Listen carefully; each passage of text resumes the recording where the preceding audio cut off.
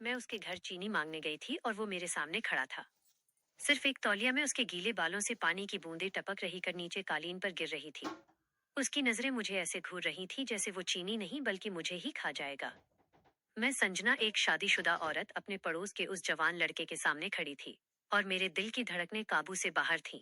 और सच कहूं तो उस पल उसकी आंखों में वो शरारत देखकर मेरे मन में भी एक पल के लिए वही ख्याल आया था। पर सवाल ये नहीं है कि उस दिन क्या हुआ। सवाल ये है कि मैं, एक संस्कारी घर की बहू, इस दरवाजे तक, इस हालत तक पहुंची कैसे, और उसे लड़के ने जो पूरे मोहल्ले में अपनी छेड़छाड़ के लिए बदनाम था, उस दिन मेरे साथ क्या किया। इस शहद जैसी मीठी पर उतनी ही खतरनाक कहानी की शुरुआत हुई थी एक कप चीनी से। मेरा नाम संजना है। उम्र 26 साल। 5 महीने पहले ही मेरी शादी अभी अवधेश से हुई थी और हम इस बड़े शहर की एक अच्छी सी सोसाइटी में शिफ्ट हुए थे। अवधेश एक बहुत अच्छे इंसान थे, बहुत प्यार संदीप वाले, पर उनका काम ऐसा था कि उन्हें महीने में 10-15 दिन शहर से बाहर ही रहना पड़ता था। मैं दिन भर घर में अकेली ही रहती, पर धीरे धीरे ये अकेलापन मुझे खाने लगा। हमारी सोसाइटी में सब लोग अच्छे से थे, पर सब अपने अपने काम में व्यस्त थे। मेरे ठीक सामने वाले फ्लैट में एक लड़का रहता था, संदीप। उम्र यही कोई 24-25 साल। मैंने सुना था कि वो किसी बड़ी कंपनी में जॉब करता है, पर इसका ज्यादातर वक्त जिम में या दोस्तों के साथ बाइक पर घूमने में ही निकल जाता था। वो दिखता बहुत अच्छा था, लंबा कद, चौड़े कंधे, और उसकी मुस्कान ऐसी थी कि कोई भी लड़की फिसल जाए। पर उसकी आंखों में हमेशा एक शरारत रहती थी। जब भी मैं उसे लिफ्ट में या कॉरिडोर में मिलती, वो मुझे ऊपर से नीचे तक ऐसे देखता कि मैं असहज हो जाती। एक दिन मैं ग्रोसरी लेकर लौट रही थी। मेरे हाथ में बहुत सारे बैग थे। वो लिफ्ट के पास ही खड़ा था। वह तुरंत बोला, मैं मदद कर दूं। उसे मुस्कुराते हुए कहा। मैंने झिझकते हुए उसे एक आध बैग दे दिए। आप कई शिफ्ट हुई है ना, भाई साहब यहाँ देखते नहीं। ज्यादा उसका सवाल मुझे थोड़ा अजीब लगा, पर मैंने कहा वो काम से बाहर रहते हैं। अक्सर तो आप दिन भर अकेली बोर होती होंगी, उसने मेरी आंखों में देखते हुए कहा। उसकी नजरें मुझे एक पल के लिए विचलित कर गईं। मैं चुपचाप अपने फ्लैट के सामने आकर रुक गई। थैंक यू, मैंने कहा और उससे बैग ले लिया। अरे भाभी जी, थैंक यू क्यों? पड़ोसी हैं हम। कभी भी कोई काम हो तो बस एक आवाज दे दीजिएगा, आधी रात को भी। उसने आंख मारते हुए कहा। मैं जल्दी से दरवाजा खोलकर अंदर आ गई। मेरा दिल थोड़ा तेजी से धड़क रहा था। लड़का था तो बदतमीज, पर उसकी बातों में कुछ तो था जो ध्यान खींचता था। फिर वो दिन आया। अभी अवधेश को गए हुए एक हफ्ता हो गया था। शाम को मैं चाय बनाने गई तो देखा कि चीनी का डब्बा बिल्कुल खाली है।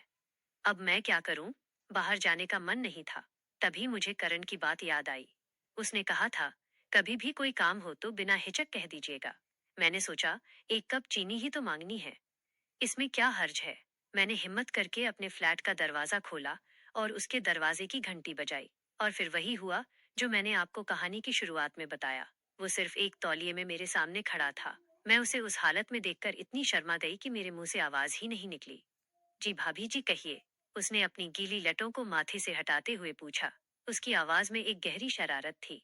वो मुझे एक कप चीनी चाहिए थी, उसने कहा। चीनी तो नहीं है, उसने मेरे चेहरे को ऊपर से नीचे तक देखते हुए कहा। पर अगर आप चाहे तो शहद मिल सकता है। बिल्कुल असली वाली उसकी बातें और उसकी नजरों ने मेरे चेहरे को आग की तरह गर्म कर दिया। नहीं, कोई बात नहीं, मैं दुकान से ले आऊंगी। तभी उसने मेरा हाथ पकड़कर मुझे रोका। उसका स्पर्श गर्म था। मेरे पूरे बदन में एक सिरन दौड़ गई। मजाक कर रहा था। भाभी जी, आप भी अंदर आइए, मैं देखता हूँ। मैं अंदर जाने से झिझक रही थी। अंदर आ जाइए, मैं आपको खा नहीं जाऊंगा जब तक आप खुद न चाहें। उसने फिर से आंखें मारी, न शर्माते हुए अंदर चली गई। उसका घर बिल्कुल लड़कों वाला था। सोफे पर कपड़े पड़े थे, टेबल पर मैगजीन बिखरी थी। बस 1 मिनट कहकर वो किचन में चला गया। मैं वहीं खड़ी उसका इंतजार कर रही थी। तभी मेरी नजर उसके सोफे पर रखी एक फोटो फ्रेम पर पड़ी। उसमें वो एक लड़की के साथ खड़ा था, शायद उसकी गर्लफ्रेंड होगी। लड़की बहुत सुंदर थी, न जाने क्यों। ये देखकर मेरे दिल में एक हल्की सी चुभन हुई।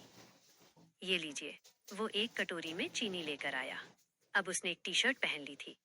Thank you so much. रुकिए, अब आप आ ही गई हैं तो एक कप कॉफी पी लीजिए। मैं बहुत अच्छी कॉफी बनाता हूँ।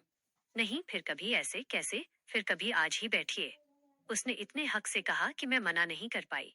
मैं सोफे पर बैठ गई। वो किचन में कॉफी बनाने लगा। भाभी जी, भैया कब आ रहे हैं? उसने किचन से ही पूछा। अगले हफ्ते हम मतलब अभी एक हफ्ते और अकेले, आपको अकेले ही रहना पड़ेगा। मैं चुप रही। वो कॉफी लेकर आया। वैसे अच्छा है, जब तक भैया नहीं है, आपकी सेवा संदीप का मौका मुझे मिल जाएगा। उसकी बातें सीधी थी। तुम हमेशा ऐसी ही बातें करते हो? मैंने पूछ लिया। वो बोला, हाँ। सिर्फ खूबसूरत औरतों से वो मुस्कुराया। कॉफी पीते हुए उसकी उंगली जानबूझकर मेरी उंगली से छू गई। मैंने अपना हाथ पीछे खींच लिया। सॉरी, उसने कहा। पर उसकी आंखों में सॉरी नहीं, शरारत थी। उस दिन के बाद हमारी मुलाकातों का सिलसिला बढ़ गया। कभी वो लिफ्ट में मिलता, तो कभी पार्किंग में, और हर बार वो कोई ना कोई ऐसी बात जरूर कहता जिससे मैं शर्मा जाती। एक शाम मैं बालकनी में खड़ी थी। वो भी अपनी बालकनी में आ गया। भाभी जी, आज तो चांद भी शर्मा जाएगा। क्यों? मैंने पूछा। आपको देखकर मैं मुस्कुरा दी। अब मुझे उसकी इन बातों की आदत हो गई थी। एक बात पूछूं? उसने कहा। हाँ, मैंने जवाब दिया। आप खुश तो है ना? उसका सवाल अचानक बहुत गहरा था। मैंने एक झूठी मुस्कान के साथ कहा, क्यों? बस ऐसे ही, आपकी आंखें बहुत सुंदर है। पर उनमें एक उदासी है। किसी की बात मेरे दिल को छू गई। पहली बार किसी ने मेरे बाहरी रूप के बार पार जाकर मेरी आत्मा को देखा था। कुछ दिन के बाद हमारी बातों में छेड़छाड़ के साथ साथ एक अपनापन भी आने लगा। वो मुझे मेरे अकेलेपन के बारे में पूछता, और मैं उससे उसकी गर्लफ्रेंड के बारे में। पता चला कि वो लड़की उसकी गर्लफ्रेंड नहीं बल्कि कॉलेज की दोस्त थी। धीरे धीरे मुझे उससे एक ऐसा लगाव होने लगा जो गलत था। मैं दिन भर उसका इंतजार करती। मैं उसके लिए तैयार होती। मैं अपने पति को धोखा दे रही थी। ख्यालों में ही सही। एक दिन अवधेश का फोन आया। संजना, बहुत बुरी खबर है। मेरा एक्सीडेंट हो गया है। ये सुनकर मेरे पैरों तले जमीन खिसक गई। क्या? कैसे? तुम ठीक तो हो? मैं ठीक हूँ, पर पैर में फ्रैक्चर है और सर में चोट लगी है। डॉक्टर ने कहा है कि ओ नेगेटिव खून की फौरन जरूरत है और अस्पताल के ब्लड बैंक में नहीं है। मैं पूरी तरह से टूट गई। ओ नेगेटिव एक बहुत ही रेयर ब्लड ग्रुप था। मैं भागकर अस्पताल पहुंची। मैं और अवधेश के दोस्त सब जगह फोन कर रहे थे, पर कहीं से भी खून का इंतजाम नहीं हो पा रहा था।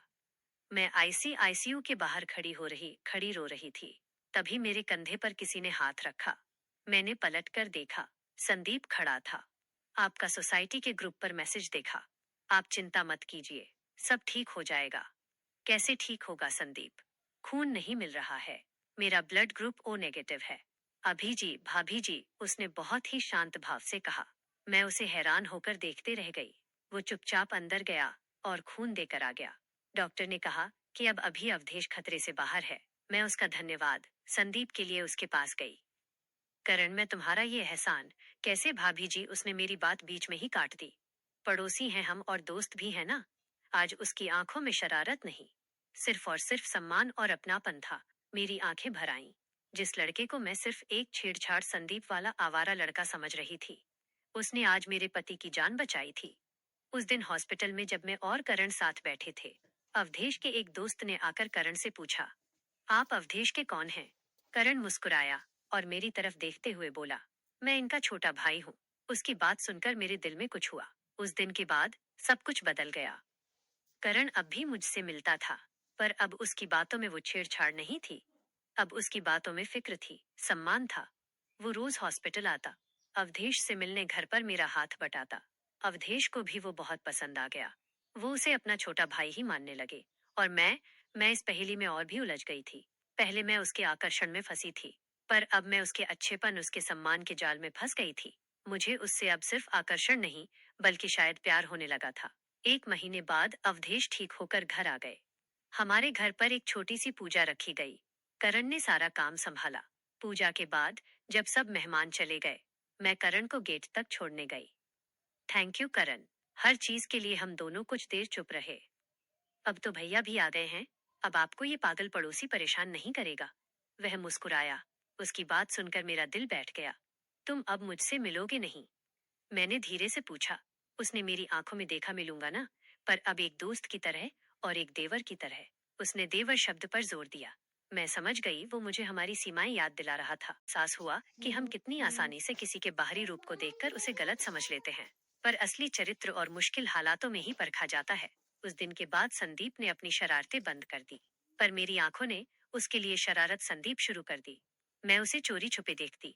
मैं उससे बात संदीप के बहाने ढूंढती, और अवधेश, वो पहले से ज्यादा मेरा ख्याल रखने लगे थे। शायद उस एक्सीडेंट ने उन्हें एहसास दिला दिया था कि जिंदगी कितनी छोटी है। एक दिन अवधेश ने मुझसे कहा, संजना, संदीप बहुत अच्छा लड़का है। बिल्कुल मेरे छोटे भाई जैसा मैंने सोचा है। मैं अपनी बहन रिया से उसकी शादी की बात चलाता हूँ। ये सुनकर मुझे लगा जैसे किसी ने एक पल के लिए मेरे दिल की धड़कन धड़कने रोक दी। संदीप और रिया की शादी। रिया अवधेश की छोटी बहन, मेरी नंद, जो बिल्कुल मेरी सहेली जैसी थी, वो भी बहुत अच्छी और प्यारी लड़की थी। मेरे अंदर भावनाओं का एक तूफान उठ खड़ा हुआ।